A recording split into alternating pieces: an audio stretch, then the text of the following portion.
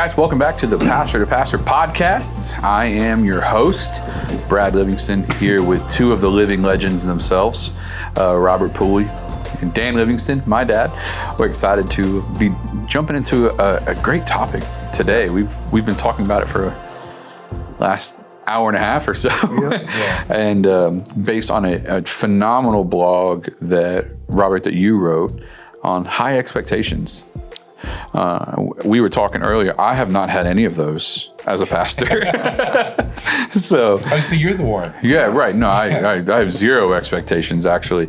Every Sunday is a mystery to me. And no, that's a complete lie. If it works, if it doesn't, that's a complete lie. The high expectations are a vital element in the life of a pastor. So give us just a little bit of just your thought process, your inspiration. Where did all that originate from when you were writing?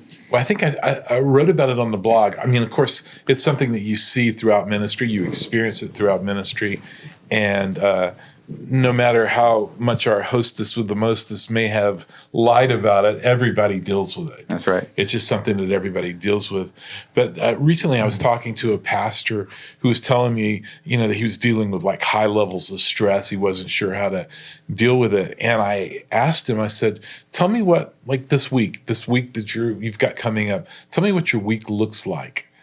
And his eyes kind of glazed over, eyes starts twitching. He's just shy of convulsions. And I said, okay, you've said enough right there. I can already see it. And the thing is, that's going to lead to burnout. And a lot of that comes from the idea that everybody has these expectations. We talked about it earlier. You've got to knock the home run sermon out every single time you're up to preach. Everybody has your phone number. I'm not saying that's healthy. I'm just saying that's the thought process for so many pastors. Everybody has their phone number. If they message them on social media, they get an immediate response. If they text, they get a response. They're expected to be at every meeting, every event. The third grade redheaded stepmom's class. Yeah, right. I'm there leading it, baby. They want you to come for their event, and you can't be at every event. You can't do everything, but that's the expectations, and that causes enormous amounts of pressure in our life. Yeah, absolutely. Well, we talked about, Pastor Brad asked a question when you mentioned that in our meeting earlier, but isn't a lot of that self-afflicted? Oh, I think it's 100% self-inflicted. I mean, we wouldn't worry about it, but what we're worried about is what everybody else is thinking. What is everybody else's opinion? Am I meeting their approval? Am I meeting their high expectations? Now, it's several facets. We have high expectations for ourselves. Mm-hmm. We have high expectations for our staff. We have high expectations for how our church is growing and at the rate it's growing, what the discipleship looks like. I mean, there's never ending categories that come from all directions on what could cause high expectations. Yeah. But it's self-inflicted because it's us worrying about those high expectations and not meeting them. Yeah. Mm.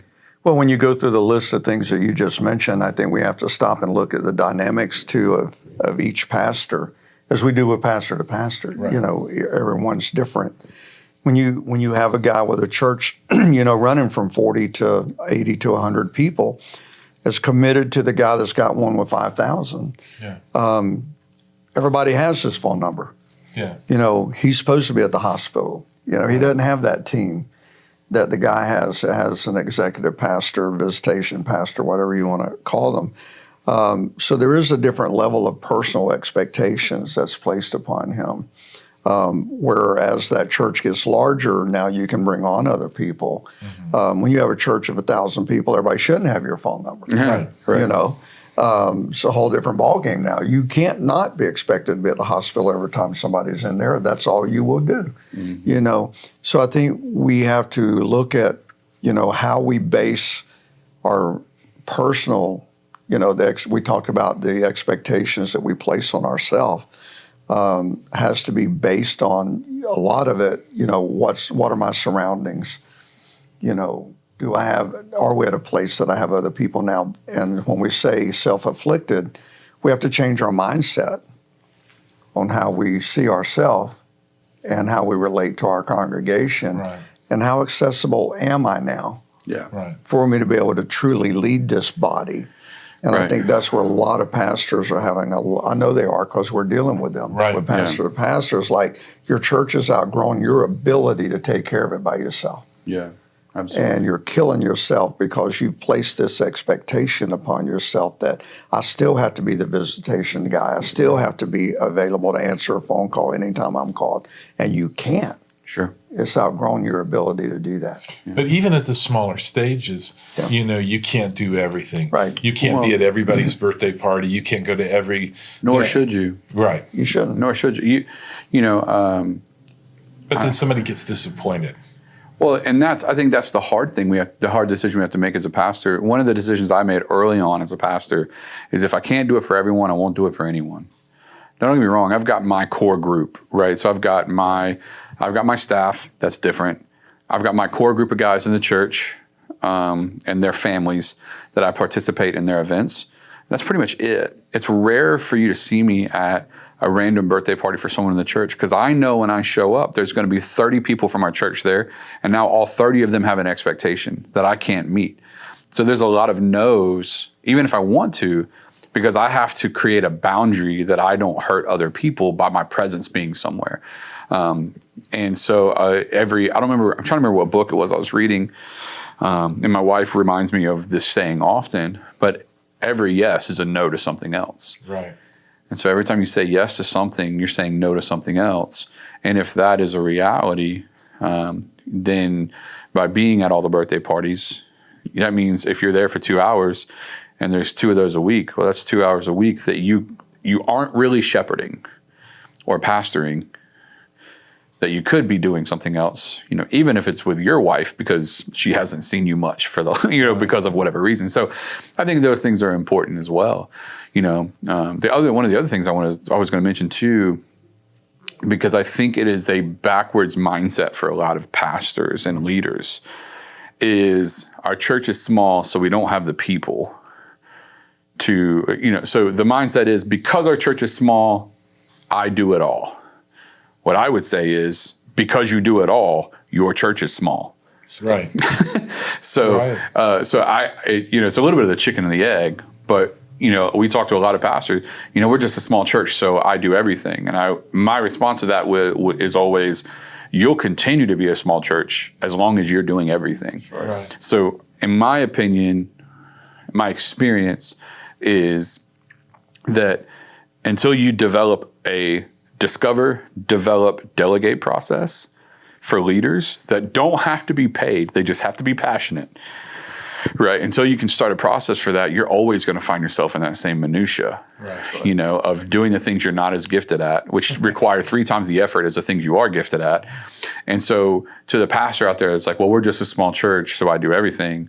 My encouragement to you would be discover people that are passionate, develop them in their individual area that is they're going to be able to serve the church, and then delegate to them the ability to execute in those areas so that it frees you up. And until you start that process, you're always going to be living underneath this banner of, if we were bigger, we could.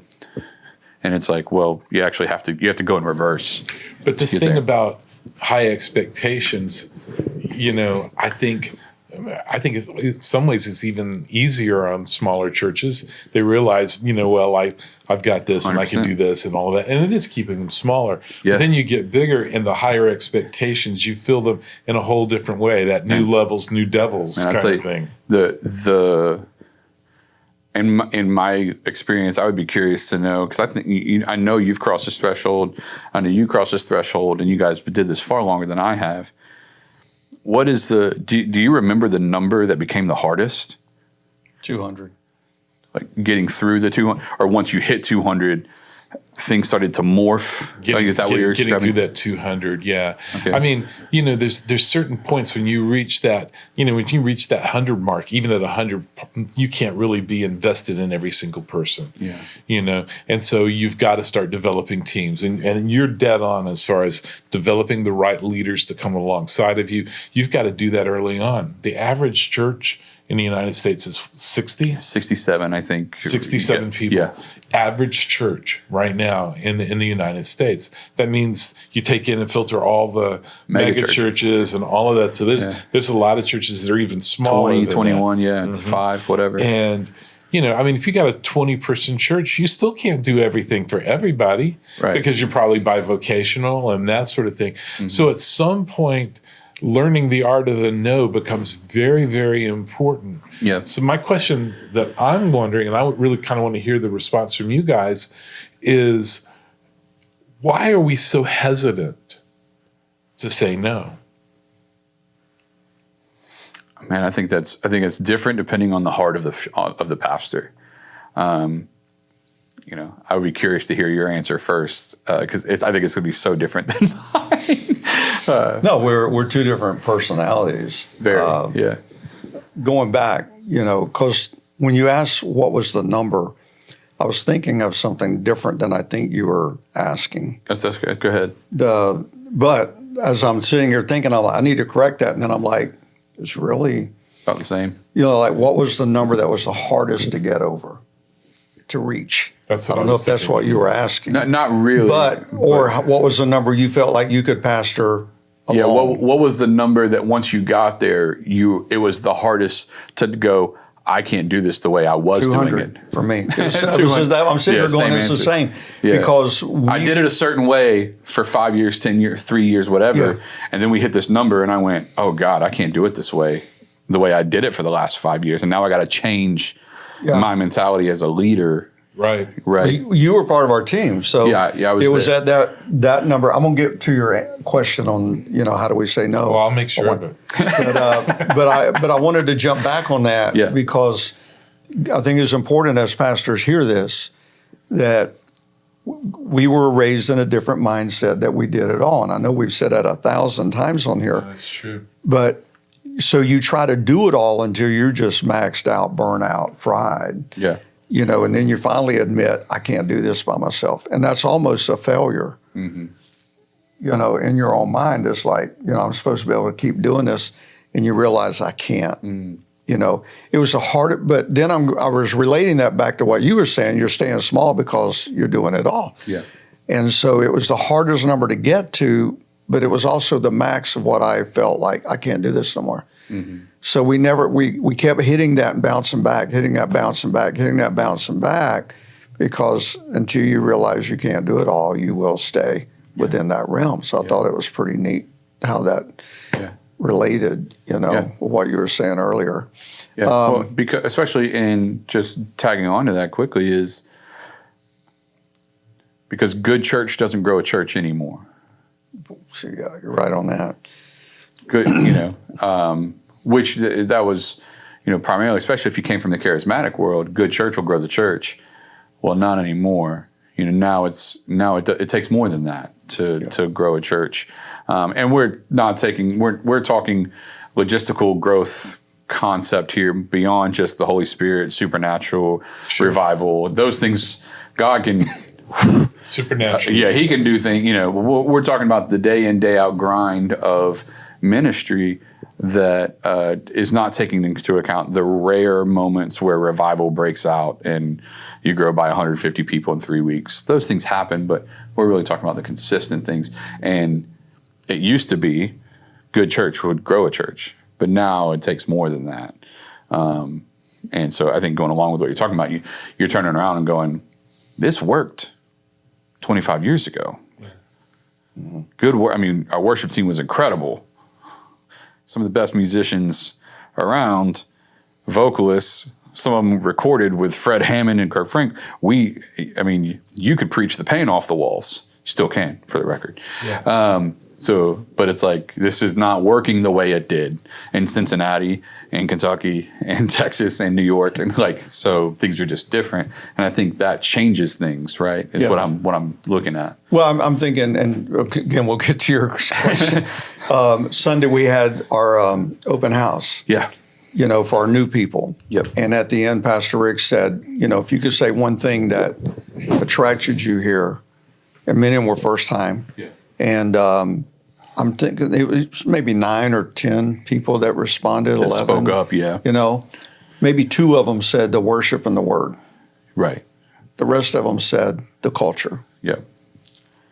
Yeah. It was something built outside of Sunday. It was a combination of it all. Yep. That when I walked through the door, I knew I was at home, and I hadn't heard a sermon or a worship song yet. Yeah. Very few people talked about the thing that grew the church for the previous generation. That's what I'm trying to say. Yeah. Yeah. It was like I had to preach that best sermon I've ever preached, or going back to expectation, or the worship team had to be to the peak, or we had to have the top-notch children's ministry. Yeah. And none of them mentioned that. Right. Even though I feel like we have some strong ministry. Yeah. But we're proud of each one of those areas. We focused on the thing that wasn't building the church. Right. So that's interesting. That is an interesting perspective. So then we come out of that and we're going, all right, as pastors, getting back to your question, Pastor Robert, as pastors, we have these high expectations. So if we're moving from doing all the things that matter most to finding out the things that used to matter most, it's not that they don't matter. Right. It's just that they don't matter the way they used to. So now all this demand is being placed on me to create systems and meet with people and demand on my time and for me to be in all places at all times and all these things. At some point you're going, okay, I have to start saying no and delegating. I have to get better at those 2 things because to clarify, we've broken this down into 3 elements of expectations. So which we're talking about, the first one we're talking about right now is the expectation of the people in our church. Right. Then there's the expectation we place on ourselves. Right. And then there's the expectation we place on our team as a byproduct of what we place on ourselves, right? So what we're talking about right now is the expectation from others. So getting back to your question, how do we say no? And what does that look like for you? And then I'll be curious to hear both of your answers, and then I'll be glad to answer. Well, I immediately can say my difficulty in saying no was I didn't have a system like that in place. So I had not trained up people to delegate, to that level. And so you create, I talk to pastors all the time. We complain because we're burnt out, and yet we create the need to be needed. Yeah. So we create the very system that's eventually going to destroy us. Come on. That I have to be there because they don't think anybody can pray like I can. I have to be the one at the hospital because they don't think anybody can touch God as good as I can. I created that. Yeah. Unconsciously. Or consciously. Yeah, or consciously. And I would go along with that and I would say, I need to be doing that marriage counseling because I have the clairvoyance no one else on my team has. I'm going to be able to speak to that marriage to save it. And it's like what we talked about earlier. It's like, that thing wasn't broken in a week. You're not going to fix it in a week. Right. But it's like, I need to be the one to do it. And it's like, not only am I'm not the best one to be in that room for multiple reasons, and so it's letting go. One of the entrepreneurs that I follow, he's not a pastor, he's not even in ministry. He takes this approach from business. If someone can do something 85% as good as you can do it, let them do it. Yeah. And I think we need to take that approach towards ministry life, counseling. I think I'm sorry, I saw your hand. I think a big part of my difficulty in saying no, and I think a lot of pastors, is not my expectation of my abilities, but theirs. Right. That it was an expectation of the people that if I said no, I just created a massive disappointment. Yeah, they placed it on you. That's that's big. That they expect me to say yes. So for me to say no, I just brought a great disappointment on people in my church. So are they staying or leaving? Because I can't afford for them to leave. Right. So tough. Best me get to the hospital or meet with them for counseling. You can't risk it. I can't risk it in my mind. Right. Yeah. That's too big of a risk. So say yes and let your wife sit at home with a meal that she cooked for you. Your kids miss you again for another night. Right. But somebody else's family's okay while Right. mine's suffering. Right. Yeah. Well, and that goes back to one of the things we talked about earlier, which is like the It's one of fragility. the problems. The fragility. Yeah. We feel like our ministry is so fragile. I've mentioned it before. We went through something really, really hard about a year and a half ago at our church. And it was in the middle of it that I kind of had an emotional breakdown where I was coming to grips with my unconscious or subconscious mentality towards how fragile this whole ecosystem was. Yeah. And the way I described it was, I feel like this church is a helicopter, and at any given time, a pin's going to come out of the propellers and this whole thing's going to fling apart. Yeah. And every bad thing that would happen or every phone call I would get where they needed me, it was my way of keeping the pin in the gear. Right. And as long as I kept showing up, I could make sure that pin stayed so everything wasn't going to come apart. And it wasn't until my counselor was like, man, you got a really small view of God, that I was like, I don't care for you to say, I don't care for that perspective, but he was right. Like, you have a very small view. God built this whole thing, and you think that you not showing up to a hospital or something, that whole thing's going to come apart on you, and I had to grapple with that. It was hard. So, yeah. So I think for me, it goes back to something I heard Dr. Miles Monroe say years ago. And he was talking about the difference between a good thing and the right thing. Mm. He says, you can fill up your time doing a lot of good things and never get around to the right thing, or never give enough attention to the right thing. But pastors really need to be in their sweet spot and then delegate those good things to people that's their sweet spot. Yeah. And that's how that team starts to gel and starts to build and things like that. You mentioned, that 85% mark, if somebody can do it 85% as well. I remember when I was a young youth pastor, we got up to about somewhere between 30 and 50 kids at that point. And I felt like that was just that barrier. I couldn't get past that 30 to 50 barrier. And I was doing everything. Mm-hmm. Everything. I mean, I was leading worship. I was doing the youth message. I was leading the games. I was doing everything. If there was a lock-in, I planned every second. It was on me. Yeah. And then I started introducing some other kind of, other leaders, people that were older. But I really began praying, and I asked God, what do I do here? How do I grow this thing? And God started showing me people, youth, that I could get involved. And I go, yeah, but they won't do it as well as I do it. And that was true initially. But you see, I was having to focus on so many different things, wearing so many different hats, and they were just going to focus on one thing or maybe two things, right? So they have a lot less, they can put all their energy in it. And before long, they were taking it in places that were far beyond anything that I could have done because I was doing too many things. Yeah. And if you get into that right thing, good thing, and start to make that designation, it becomes easier to say no, because sometimes you have to say no to even good things. Yeah. Yeah.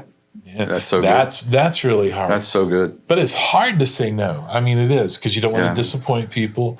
You are worried about what they think, and you do have that sense of fragility around. If I say no to them and they get upset, well, they've got the influence of a lot of people, and the next thing you know, they're going to be gone somewhere else, and they're going to take about 4 or 5 families with them because they're all close. Yeah. They're all part of the same small group. That's right. They're going to be calling me Pharaoh, and the people are going to be making an exodus out of this joint. That's exactly right. Yeah. Well, you said something earlier I think is very important, and I think it's one of the hiccups for pastors when they're trying to make that shift. Okay, well, where do we find the funds to pay these people to do this? Right. And you don't have to pay them. You're right. You made a statement the other day. Of all the people, there's, I don't know, how many's on our worship team now? 43 or something, 40, I think. 50 people. Yeah. One person is paid. Right. And they're faithful, and they're there, and it's good. Yeah. And I remember when we didn't have a worship leader, we had split tracks, Yeah. 3 singers. Yeah. And buying all the instruments and going in there every day and praying over them. God, I'm blessing whoever's going to play this one day. Yeah. And not knowing a clue. Yeah. And then to sit on the front row now and see a different team every Sunday. And one person's paid. Yeah, it's incredible. It's incredible. But that's where the mindset, again, of building a healthy culture to where people want to be a part of something bigger than them. Yeah. And you can start somewhere. Yeah. That's where I want to lead with that to pastors that might be hearing this, is you're going, yeah, man, where do I even start with that? Just start with finding out where the needs are that are taking you away. Like you said, find out where your gift's at. Yeah. And then, like you said, start finding those people and developing them and then delegate. But you've got to start something somewhere or the system's not going to change. So good. Well, I think the big part of that is helping them to find that joy in serving. It's not just wanting to be a part of something bigger than myself. It's the fact that God has placed something inside of me that's beneficial to the kingdom of God. Yeah. And he may not be calling me to full-time ministry. I've got a job that I'm working. That's what I'm getting paid to do. So I don't necessarily want to be in full-time ministry, but I do believe I have a gift and I want to serve. Yeah. So where can I volunteer and use this gift? Yeah. And there's joy in that. Absolutely. There's joy in, knowing, man, there's people that are being ministered to or touched or, something like that. I mean, I love sitting and talking to our First Impressions team. And we love it because people walk in and they go, we just love the people here. Yeah. They're so friendly. They're just coming in and doing what they do. They're just existing. Yeah. They're just existing. They would be doing this wherever they are. They're just friendly. They love on people. Yeah. They have a natural thing of connecting this person to this person. Yeah. And our First Impressions do that. And of course, they just feel like they're running under the radar because it's what they normally always do, but they're serving in ministry in the area of their gifting. And one of the things about burnout is when you're not serving in the area of your gifting, you're going to get burned out. Yeah. And we found this out so early on. We'd have people who go, I've been working in, the 3-year-old class for 4 years, and it was never really my gift, and I'm just a little burnt out. I'd like to take a little bit of time off. Yeah. And then you take the time off, and the next thing you know, you find out, they've been volunteering for the scouts, the Boy Scouts. They're coaching a little league team. They're doing this. What happened? They weren't serving in a place that they felt fulfilled in, that was using their real gifts. So and if you help people find their gifts, but if the same is true with that, isn't it the same true with the pastor? Yeah, absolutely. We burn out because we're trying to do everything ourselves. And some of those things are not our gifts. Yeah. One of the huge realizations for me, and it's different for every people, because I know you're very much a systems person and that sort of thing. And, my thing for ministry, I just wanted to see the lights go on for somebody. Mm-hmm. I just wanted to be able to sit down with somebody and see them get it and go, that's a cause worth giving my life to, and saying yes to Christ and getting involved. And the thought of being a CEO of a corporation never crossed my mind. And then you start thinking, they didn't prepare us for that in Bible college. No. They didn't prepare, in fact, they didn't prepare us for a lot of things. Yeah, very little, actually. Yeah. That's another whole... That's a different podcast. That's a different podcast. Yeah. But... yeah, I know. I just feel the need to vent. Yeah. I'm here for it. I'm here for all of it. Yeah, I've hired a few of them and it hasn't worked. Yeah. So, but it was that thought of, there's certain aspects of this thing. There's certain things that you do have to do that are not the most fulfilling. And if those things are all your focus and you don't have the right team around you assisting in that, you're going to burn out. Yeah, I know because I did. Yeah, that's so good. I think. I'm sorry. Go ahead. No, you said something when you first took over as lead pastor. In one of our personal meetings, you said, "Dad, I'm not called to build a church. I'm called to build leaders." Yeah. And that's what you've done. And the church has grown because the leadership of the church has grown. Not just staff, but all across the board. And I want to come back to that because as pastors hear this, you said that when there was about 200 people. Yeah. We're at that, 1,400 today in person, but it didn't get there because you stayed in the same system. Yeah. You changed the system, Yeah. and you're phenomenal, and that's a great gift that you have that I do not have. And it allowed the church to go to another level, and then bounce that to what you're saying. We call it, now Open House. It's had different names, from Grow Track to Next Steps to whatever, but you have to create these systems and these programs, whatever the word we want to call it, that helps people identify what are my passions. That's right. What are my gifts, so that we can begin to connect people. Your mom, every Sunday when we showed up at church, we didn't know if she was watching the nursery or not, because we didn't know if they were showing up. Right. And, but we don't think about that anymore. Sure. Because there's just a powerful team over there, and they absolutely love it. Yeah, absolutely. So I think, can you bounce on that for a minute for pastors that might be, Oh, man, I know that's a whole nother I could talk about podcast. that for a long time. Yeah. But if let's say a pastor's listening, he's got a church of 100 people or 50 people, and he's doing it all, what could be a quick way? I know that could seem like it's a different podcast, but we're talking about these expectations, and I think it's to leave a nugget with a guy that can go, oh, I could do that. Find your 5 and pour your life into them. Yeah. That's it. Find your 5 that you can place a demand on the investment. I'm pouring into you, but I expect to get something out of it. Not for me, for God. Discipleship doesn't end after you've given all you can give. Discipleship ends when it's being reproduced into someone else. Come on. So you find your 5. Who are the 5 people?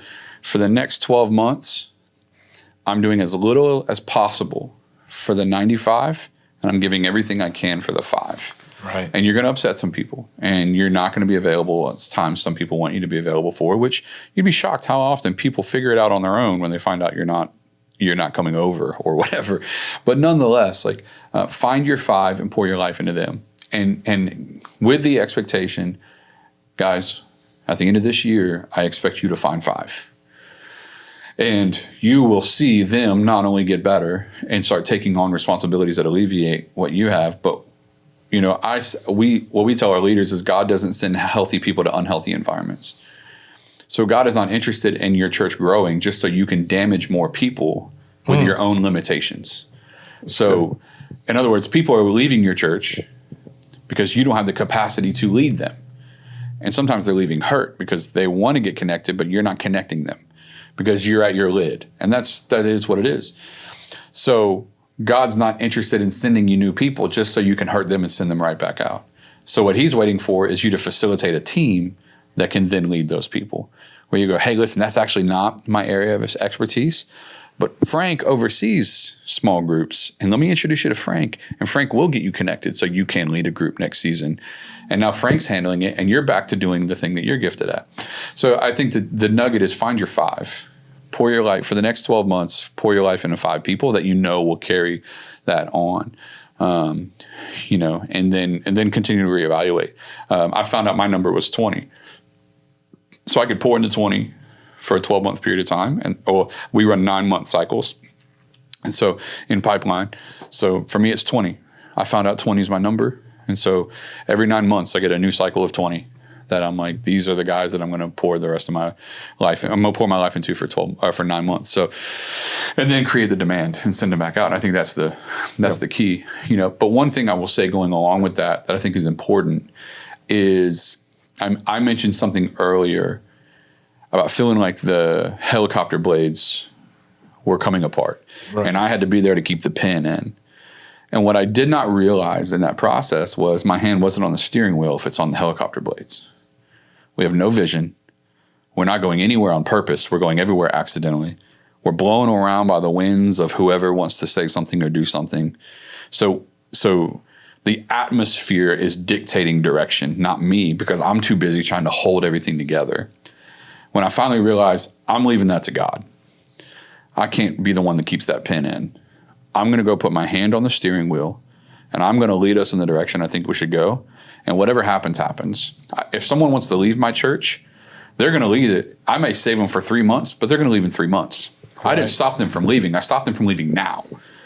If their heart's disconnected from the vision, it's better that they're out. And it doesn't mean they're bad people. It just means the longer they're in your house disconnected from the vision, they're creating division. So it's like they're already gone. Sure. They're already gone. Yeah. So for me, it was like I felt like for a little while I was holding things together, but I wasn't. I was just holding toxicity in. When I finally let go of that and put my hand back on the steering wheel and started leading us forward, that's when we saw the change start to happen. That's so good. So I think that's the part of leadership development where it's like, Pastor, get your hand back on the vision wheel and off of the spinning wheel, you know? Well, I think twofold there. I'm listening to you because that was part of the scenario, but also I think pastors have to understand when you say I'm going to get the 5 or the 20 or whatever the capacity that you can do, that doesn't mean your church is going to immediately start growing. No. It was the first 3 years. Yeah, it was. We stayed right at 250. And yeah, we went through COVID. I mean, we went through a lot. There was a lot of stuff involved, but the church, but your focus was not church growth, it was church development, leadership development. And then in that 4th year, it just started, boom. Right. So I have a business background. So you lose money in the business world, you lose money for 5 to 7 years before you make it.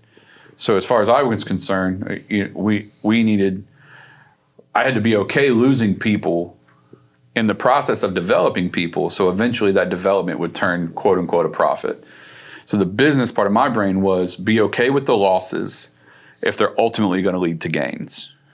So I'm willing to, the person that wants me to be there for their every beck and call, I need to disappoint you now. Because if you're going to go, you need to go. But I need to create the disappointment early and build myself up in these people who have a high return for the investment. Because eventually that I'm going to be able to hand people off to leaders. A lot of them work for me now, and some of them are still volunteers. But that was the mindset going in, is I knew it was in my mind, it was a business model. You risk it for 3 to 5 years and you live in the red, not necessarily financially in the church world, like you can't live in the red for that long, but in regards to just gains and losses, you see it as, and for the record, sorry if I'm talking too much. I told you I could talk about this all day long, but for the record, when people leave your church, they're not going to hell. They're just going down the road. Right. Yeah. So the kingdom didn't lose. You just lost. And God can replace them with the people that will help carry the vision. So be okay with them going somewhere else if they're not going to hell. Meanwhile, people that are going to hell are going to come into your church. And now they may very well be the ones that not only are they now going to heaven, but they're going to actually help carry the vision, whereas the other people weren't going to. And cost you less time and attention, have less demands and expectations, going back to what we were talking about, and all those things. So I think that's really important too. That's good stuff. I find myself sitting here listening to that, and the next thing I know, my mind's going off thinking about all these things that I can identify with what you're saying, and then I go, oh, he's still talking. Let me get back in. No, but I mean, it's really, really good because there is this pressure, this pressure that pastors face, this high expectation thing. And I'd like to say that, we all recognize that it's there. We all recognize, too, that we're putting too much pressure on ourselves, and yet we continue to do it because I think part of the reason is we crave approval so much. We want to know that we're, if somebody come and rub our heads, you're a good boy. We need that a little bit. So we kind of go through that process of feeling like I'm afraid I'm going to disappoint people. They're not going to like me. They're not going to, the pastor so-and-so, he has always done this. We grew up in a season where the pastors did do everything or tried to do everything. And of course, most of them didn't make it. Most of them aren't making it now. Right. How many are right now? 1,500? 1,600 if you're quitting the ministry. Every month. Yeah. Far faster than we're planting churches. That's for every month. Oh yeah. Well, and church planting organizations have decreased from what they were doing. So if we don't do something, things are going to be drastically changing. We've got to find ways to get pastors healthier. That's one of the reasons why Pastor to Pastor exists. Yeah. So you turned a corner there. That's important in the conversation because we're turning the corner. We've got the high expectations of people being placed on us, right? Then we turn the corner to the high expectations we are placing on ourselves. Right. Which I think is in many churches more stressful or a higher or heavier weight than the other. So it's like we have high expectations of others, then we have this high expectations of ourselves. What for you guys is the greatest? What's the high expectation for yourself that you struggle with? By the way, before you answer that, how do I say no to other people? I forgot to answer that for you. Yeah. No, I can't do that. That's how I say no to other people. Well, let me just touch on that for a second, because you're ruthless with your calendar. I am, yes. And we've talked about calendar things. Yeah. And I'm very protective of my calendar, and I schedule in, things, and I will look at my calendar and I'll say, hey, I've got something there. Yeah. So I'm not going to be able to do that. But so many times we're just kind of juggling things so that we can keep everybody happy. Yeah. We're kind of like the old plate spinner guy, that would spin the plate and try and then get the next one going and the next one. And there's always one about to fall off. And that's what our schedules are like, unless we get control of that. Can you just address that for just a second? Yes, I can. First of all, every yes is a no to something else. Yeah. So you have to create space for people to fit into. Yeah. So if I'm going to be available, I'm not available on their time. I'm available on mine. Because if I say yes to being available on theirs, I'm now having to take it away from something or someone else. Which is most likely your family. That is more important. So I won't save your marriage to the detriment of my own. Sure. I won't. So for us, if you want to meet with me about your marriage, you will meet with me between 2 and 5:30 on Thursdays. Well, we don't get off work till 6. If you want me speaking into your marriage, you will meet with me between 2 and 5:30 on Thursdays. Yeah. Now, if you needed to get a tooth pulled, you would leave work at 2. Yeah. To go get that tooth pulled, because that's when the doctor said you could come. So, but your marriage isn't as important as your tooth. Come on. You're right. So for us, it's one of those things where we had to change the thinking of some, not everybody, but some church members, where it was like, I'm not here for your every beck and call. That's not my job. My job is to hear from God for you and lead you and this whole church to be closer to Him and to see lost people saved and saved people discipled. That's my job. So what I'm doing here is because I love you, but I need you to love me and my family enough not to demand that I skip dinner with my wife to be here with you. So if you want to meet with me, it's on Thursdays between 2 and 5:30. Here are the appointments that are open. And if you say no to that, then I say no to that too. But I'm saying no to your no, right? So for pastors, it's getting relentless about your calendar flexibility. Those are pre-established times on different Thursdays and Wednesdays that we have throughout the month. They're already open, so you can get in there. But what I won't do is make sacrifices in other places, because that's my first ministry is my wife. I won't say no to I won't do that. Now, there's multiple times, different situation, someone calls me, my child just died, my spouse just died. We're going to treat individual situations with compassion to the degree that we need to. Right. That is the exception, not the norm. Right. So that's the exception, not the rule. The rule is, here's what's available. Please get into that. The exception to that is, with pastoral compassion, there's our emergencies that you don't have control of, and we're going to be available for those things. But that's how I say no. And the way that I respond to that, going back to your point, is I'm sorry, I already have something on my calendar then, but I'm available here. So it's not always no, and it's not as callous as that, depending on the person. But it's usually like, I'm sorry, I have something on my calendar, I can't do that, but I do have this open. Well, when is your next 6:30 p.m. on a Wednesday available? Never. At 2074. Yeah, when I retire, and still probably not then. But it's just being okay with that. Now, a plug, Carrie Newhoff. It used to be called the High Impact Leader Course. I don't know what it's called now, but Carrie Newhoff. A lot of pastors already know who that is. Phenomenal podcast. Because I guarantee you, if you're a pastor, you're getting an email from him. You are getting even if you didn't sign up for it, somehow you're getting an email from him. He's found you. He used to have something called the High Impact Leader course. He still has the equivalent of it now.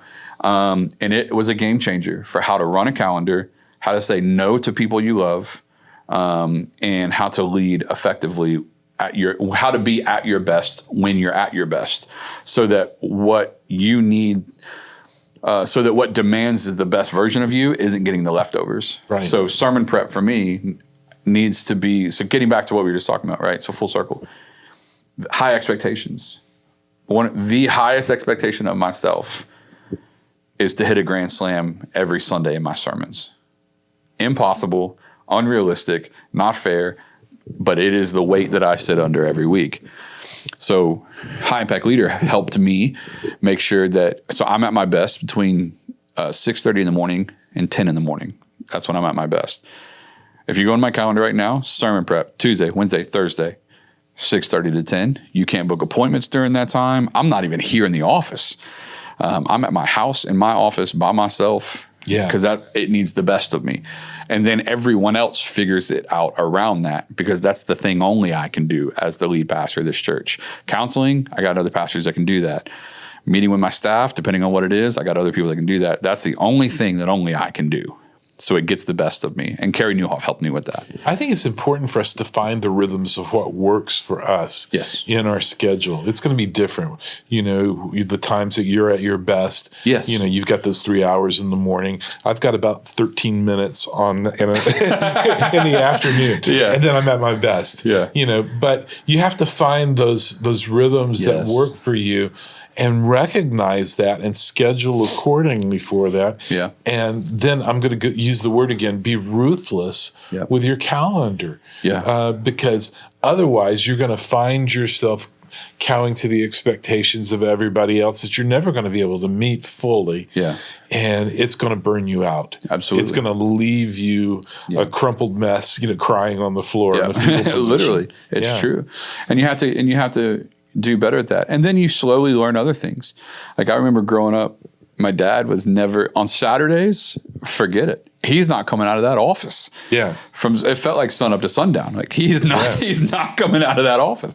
That was for a 30-minute sermon. Yeah, he used to get, I was passed out. Yeah. 30-minute sermon, my foot. Yeah, that was 30 minutes with the intro. Yeah. Now let me give you 5 points on whatever. But I remember seeing that.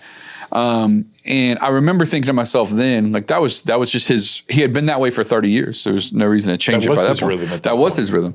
I remember thinking to myself, like, I don't want to do it that way. And so I wanted to spread things out. But even now, like just recently over the last year, I've kind of fallen into a Saturday rhythm where I'm not studying so much. So I study Saturday morning for literally an hour. And I study Saturday night for an hour. And those are just kind of run throughs one more time. But what I have started doing is, so I don't leave my house on Saturdays after 2 p.m. Oh, yeah. Birthday parties, whatever. Like I don't do Saturday. I don't do Saturday night dinners. Hey, you guys want to go to dinner on Saturday night? Nope. I can't do it. I love you. I wish I could. Yeah. And that's been a protection thing for me, because I've noticed that even if they're around people that fuel me, doing things I love, it still takes something out of me that I need to be there when I wake up the next day. So that's been an important thing for me. That's a new evolution, by the way, going back to your points, like you find your rhythms. That was a new rhythm I started picking up on that I didn't used to struggle with 5 years ago. But now I'm almost 38, so it's a new thing. But see, that's also the thing, is that you took some time, you did some self-examination and going, is this current rhythm I'm in, is this a good rhythm for me? Is this working for me? Is it working for my family? Yep. And then, is it working for the church? Yep. Exactly. I've got to get those priorities right. Yeah. But is it the right rhythm? And if not, how can I adjust it? How can I think you got to keep tweaking it until you get it. And then you find that place that you're running again in that sweet spot kind of idea. Yeah. Then you're good. It's good. So then there's going back to the demands, and I'd be curious, like I said, I'd be curious to find out yours. We have these high demands we place on ourselves. So I talked about mine being the Grand Slam every Sunday.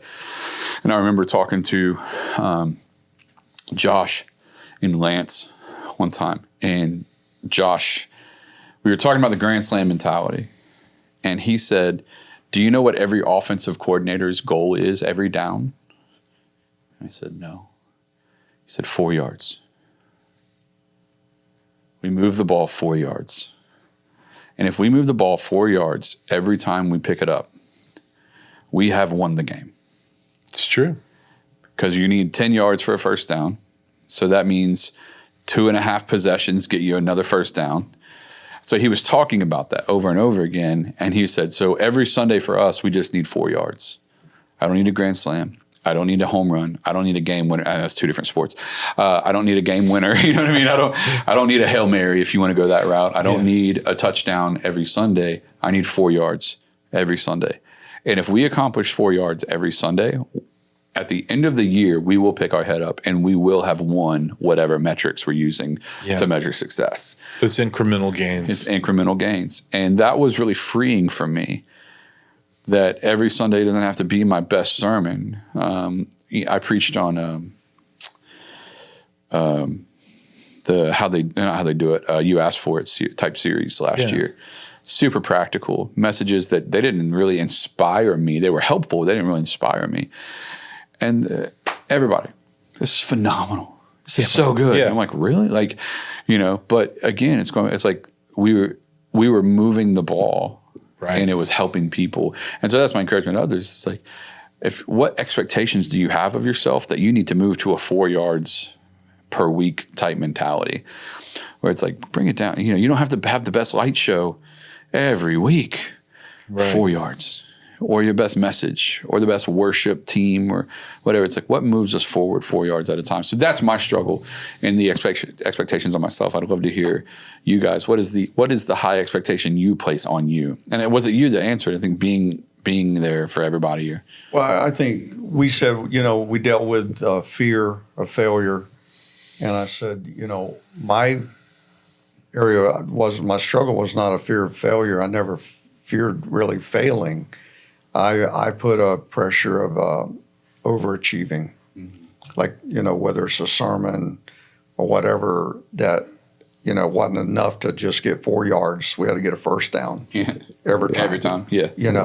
And I put a lot of pressure on myself to overachieve, which, I came to the sermons and all. I put a ton you always said I preached 4 sermons in one. Well, we turned the corner and became more of I would call it modern church. Yeah. I came up to on different Sundays. And I was like, man, he did a whole series. He did. He preached a whole series in 1 week. And it wasn't that it was bad. It was like, you could decrease the demand on your output. It was like me looking out for you. It's like, you could have just preached that. I think in the early days there was that information overload that actually we were giving them too much. Oh, we were like, without a doubt. We were like, we were doing the 10 yards instead of 4. Well, you were trying to water the plants with a fire hose. Well, yeah. And then it's just understanding like society. Yeah. You were preaching to a generation that grew up in church. So you didn't have to do the legwork of like, there was a guy named David and his dad was named Jesse and this prophet, like you didn't have to do that legwork. David was in the field before he fought Goliath and everyone knew what that meant. You didn't have to do the hard work. So you could preach more dense because you didn't have to use as long of a runway or a landing strip. Yeah. And that's not just changed, So all that to say is like, you could go 45 minutes and preach like a bulldog, and it can be super, super dense. But you're right. You're having to explain things because a lot of people have absolutely no church experience. At one point, I was a worship leader friend of mine told me he had done a service, and at the end of the worship set, he just kind of tacked on the old, yes, Jesus loves me. Jesus loves me. This I know. 3 people saying No. What happened is a lady came up afterwards and said, that thing you did at the end was so beautiful. Did you write that? I believe it 100%. Yeah. So it's a different ballgame is my point, It is. And at that time, people wanted to be preached at. Now they want to be talked to. Yeah. And, it's a big difference. Yeah. Well, they not to get way nerdy on that, but Tim Keller and Carey Nieuwhof had that conversation at one point, and Tim Keller was talking about how different generations have had a different viewpoint and need from the gospel. The gospel is the same. What they need from it has changed.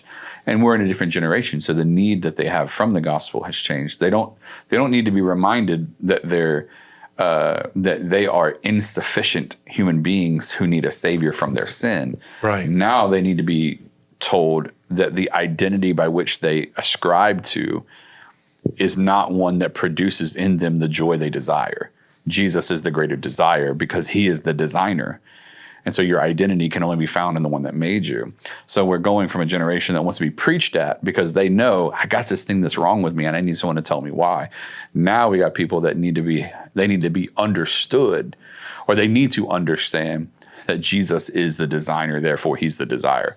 So it's just a different even going into dichotomy. Even going into Gen Z, and I think it'll follow up in Gen Alpha. Oh my gosh! Is this desire of, I'm not impressed with the lights. I'm not impressed with this and the screen. I mean, those things are all great. Sure. But I mean, I can go, here and see that, or something even bigger or better. Or there's always something more flashy.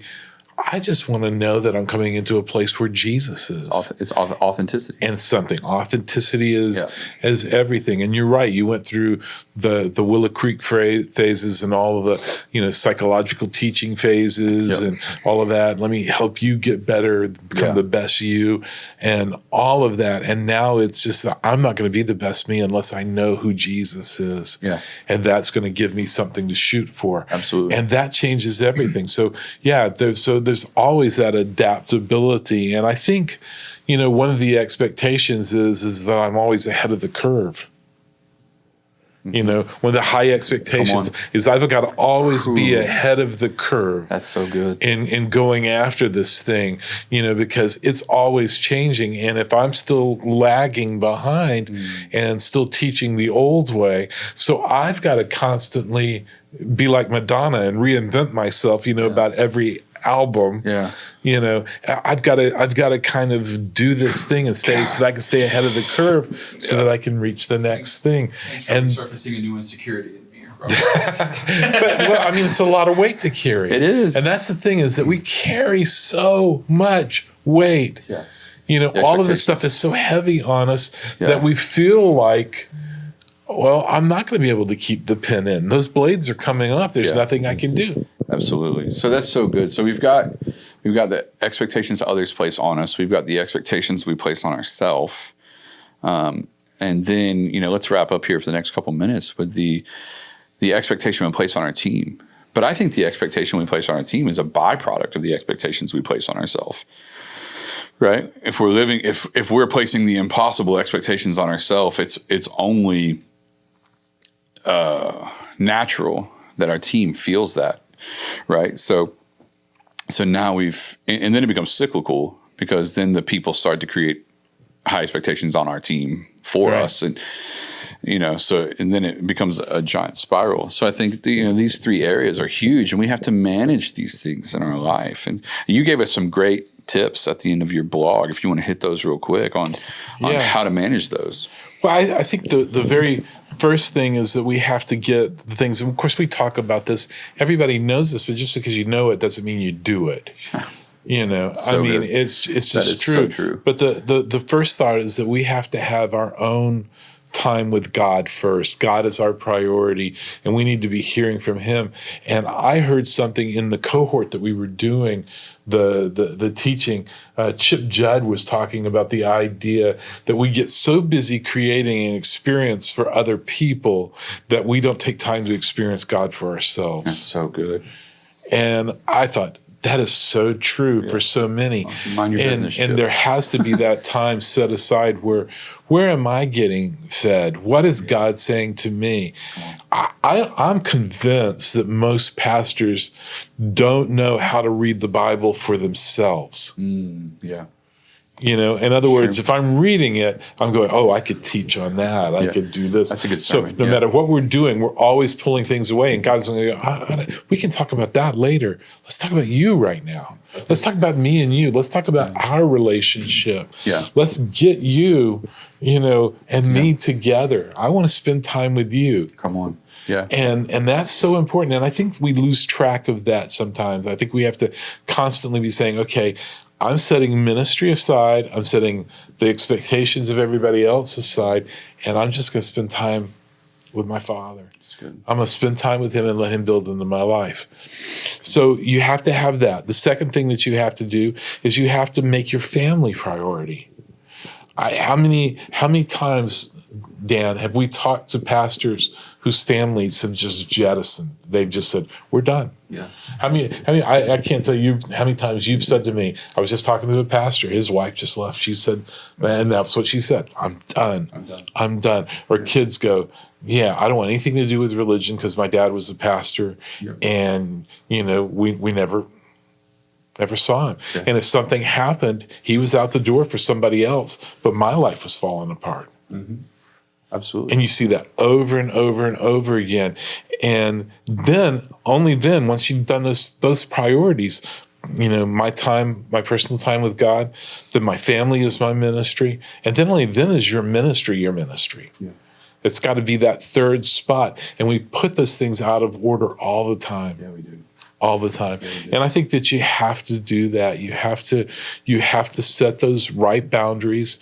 You have to be ruthless with your calendar. You have to do all the things that we talked about in this, but they have to be in that sequential order. Yeah, that's so good. That's so good. Well, I one of the things that I know you included in your blog too is that we want to help. Yeah. There's only one pastors. There's only one person that understands your weight. And it's another pastor. Mm-hmm. Great leaders, great entrepreneurs, or other great people out there that I think can inspire us, can lead us, can help us. But you also need pastors to help you, and that's what we are here to do, is help you. And so if you're struggling in these areas of high expectations or need help, honestly, just getting things back on track, we want to be there to help you. And so reach out to us. Go to pastor2pastor.life. Reach out to us through the connect or contact tab and send us an email, and we promise we'll get back with you. We want to help you, and we want to see you definitely finish your race well. And so when we look forward to connecting with each one of you, and we have cohorts that can help, because you don't need a shot in the arm. What you need is long-term care for yourself, and we want to help you with that. And so we've got cohorts kicking off for 2025, and you can get in them. And so reach out to us, let us help get you connected, because we know it's what we need. And all the pastors we know that are doing well right now in ministry are all doing the same thing. Let us help you do what is saving the lives of other pastors out there. And so we're grateful for Robert, Dan, Dad, however that works. We're grateful for you guys. And we'll catch you next time for another episode of the Pastor to Pastor podcast.